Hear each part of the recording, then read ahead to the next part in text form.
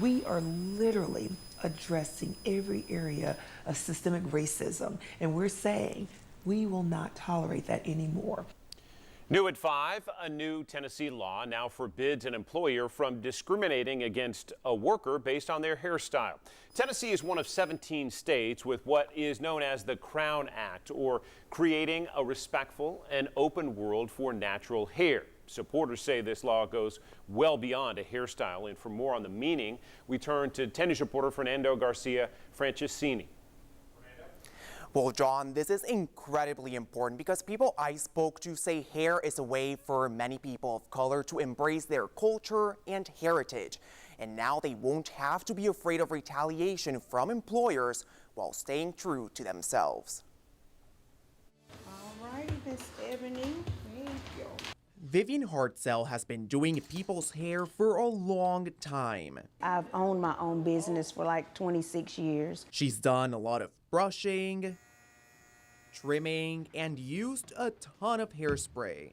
Vivian has had all sorts of customers, but has worked mostly with Black women. And for the last 2 decades, she's heard how many of her customers can't wear their hair the way they want to. I've had quite a few customers to say that their job won't allow them certain hairstyles they consider to not be professional. They ask them to tone their hair down. But a new Tennessee law will now prohibit employers from discriminating against a person's hair texture or style. Renee Kessler with the Beck Cultural Exchange Center called the move a step in the right direction.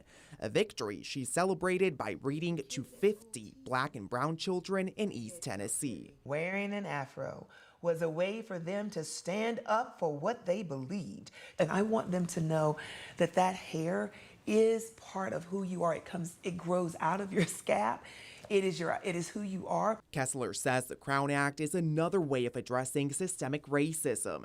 She says for many people of color, their hair represents their culture and heritage. There was a sense of pride in there. There was a sense of importance to who we are as a people. John Robin Kessler says she hopes this new law also impacts local schools. She says she would love to see students now be able to wear their natural hair without fear of being bullied. Fernando, thank you. Right now online, you can find a full list of new Tennessee laws that took effect Friday.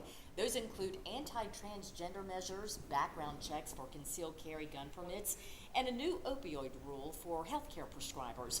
That's online right now at WBIR.com.